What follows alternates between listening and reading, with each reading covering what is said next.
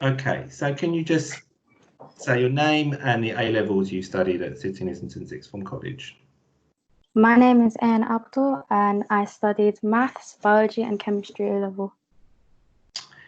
Can you please describe your normal study routine?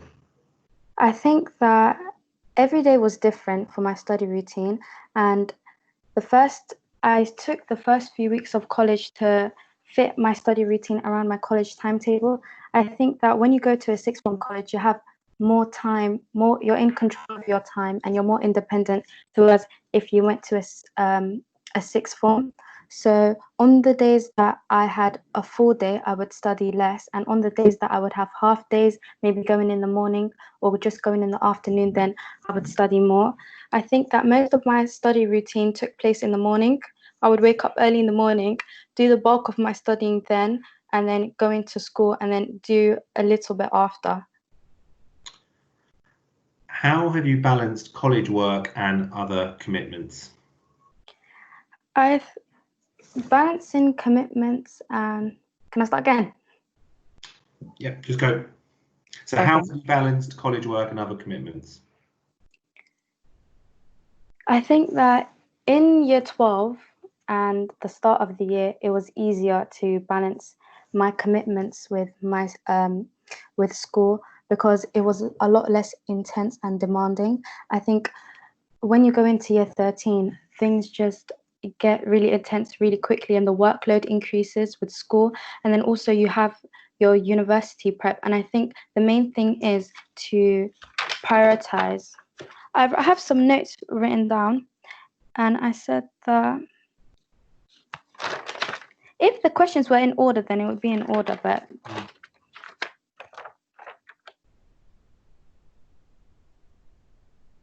Okay, should we move on to the next question? Yeah. The next question is, describe how you revised. How I revised. I took most of my revision in the mornings. So if I was learning new content, then I would make question and answers. So if I was teaching myself new material, I would watch videos and I would use the textbooks, which you can get from the library. And there's also a small revision guide. I would go through it once and I wouldn't necessarily make notes. I would use the specs that you get from the exam board's website, which tells you everything that you need to learn. So I would convert those specs into questions and then put the answers I would find on the textbook videos. You can look online, there's a lot of stuff available. Then I would make answers, and that's how I would revise. And I found it was more effective because I watched a video and it was explaining how active recall is better at retaining information than just looking through your notes. So I felt like that really helped. I would go through my flashcards that I made, the question and answers in the mornings. That's how I'd revise.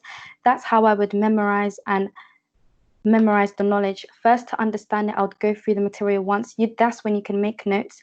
And then to further consolidate what I've learned, then I would use a mixture of textbook questions and exam questions that you can find on the website, and the topic by exam questions by topic. And then once you've nailed that topic, you can do exam papers towards the end of the year, closer to your mocks. Have you ever struggled to motivate yourself, and what has motivated you to work hard? I think it's in human nature to struggle, but the most important thing is knowing when you're struggling and getting help.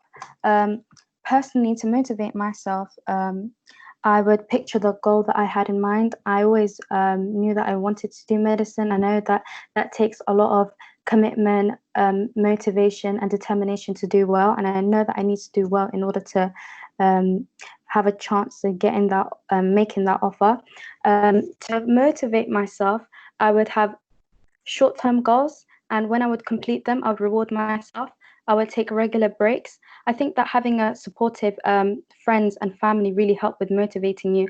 I think that most of your motivation and your growth comes from your environment, and if you surround yourself with people who encourage you and want the best for you and support you when you're in need, then you will find it a lot easier than struggling by yourself. And if you don't have supportive friends and family, there's always careers and places that you can go to ask for help.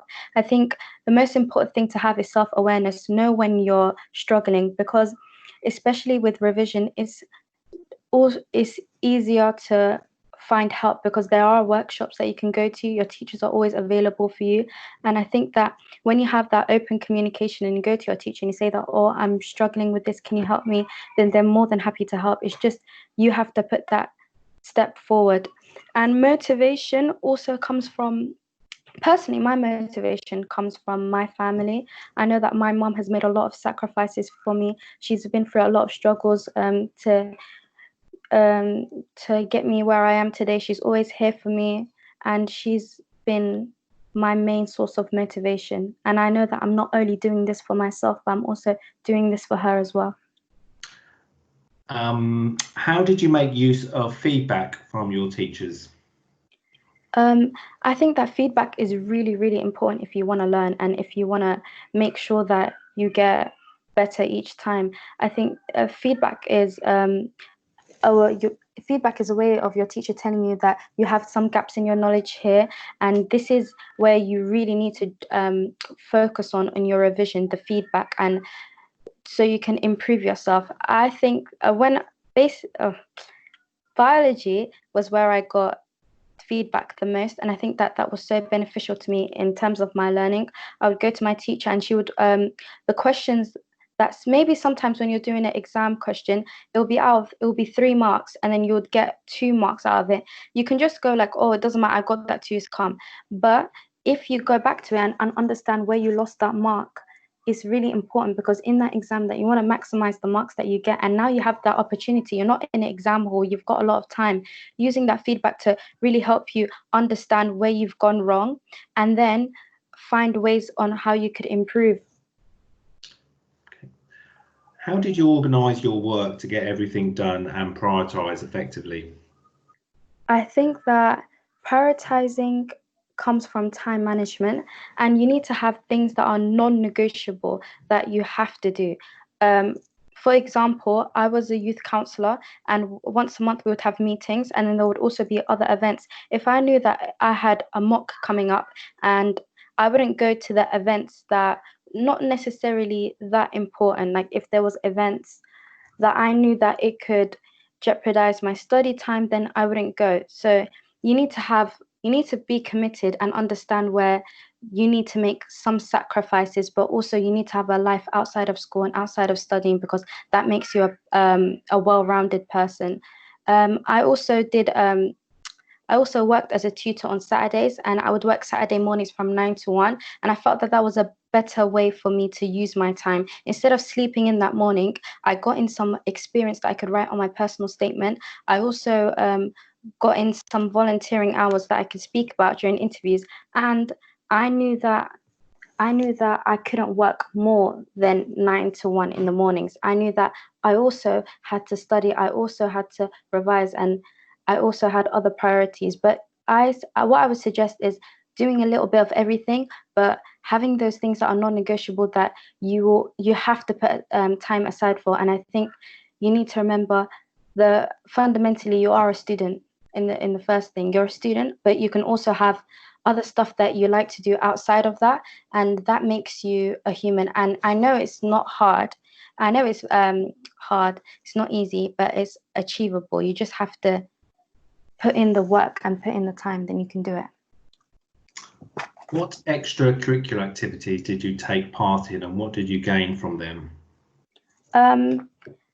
Extracurricular activities that I've done was, as I said before, I was a youth counsellor. So there will be meetings once a month where you'll discuss policies that are coming in, and we were advocate for young people like us that didn't really necessarily have a voice with adult counsellors. So I felt like I was being a part of the community and being an advocate for students, as I am myself. I took part in MedicLink. It was Wednesdays after school. That was a really good, because it gave me an insight when I was in year 12 and I didn't necessarily know enough about the process, the admissions, how everything was. It really gave me a head start and an insight into how that goes. I worked as a tutor on Saturday mornings. I also did volunteering in a care home, not really a care home, but it's a care agency, which I volunteered as a healthcare assistant in a home, in a family home. I did that Thursday evenings. Also, other stuff that I did outside of school was more medicine related, like in year 12, they were running free lectures about medicine, and they would have different doctors that were here to speak to students at King's, and that was their Tuesday evenings every week. It was running from September to December. I would go to those if I had a chance. I also did work experience that I had to do outside of school, and yeah, that's pretty much it. How did the careers team help you in college?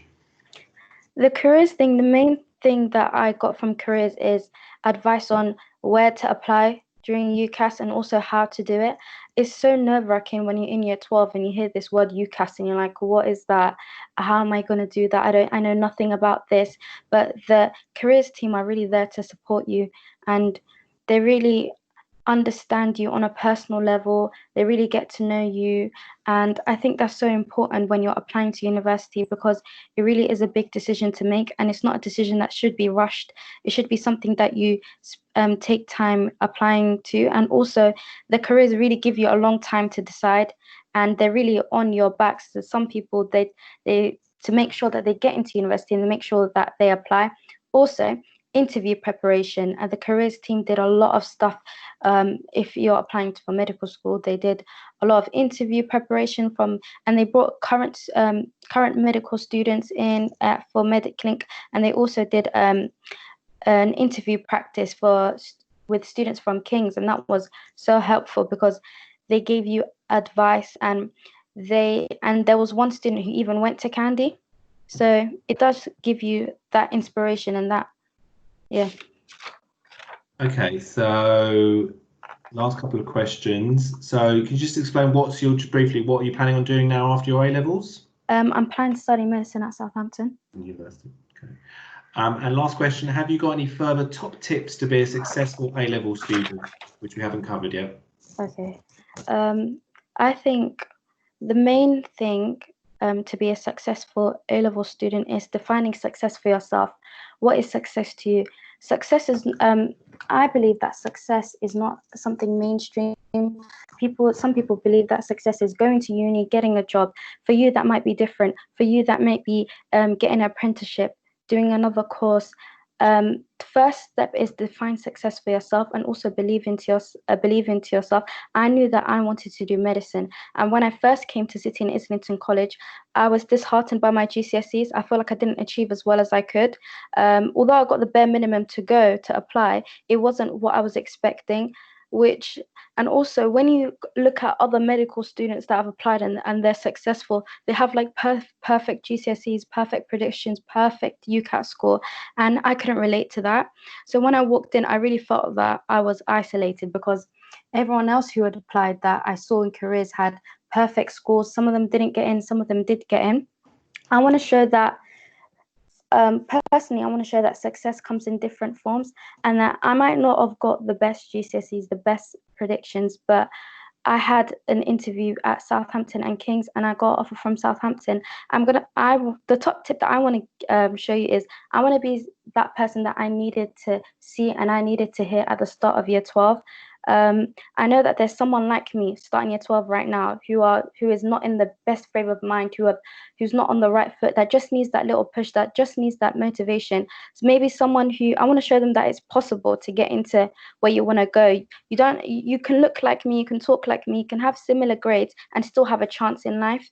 You don't have to put yourself down. The first thing is believing in yourself, and also it all starts with making that choice. You have to keep fighting. I know there's so many odds against you, but you really have to believe in yourself, put in that effort, put in that work, and you can do it. If I could do it, anyone could do it. That's what I believe. Okay, so we'll stop the recording now.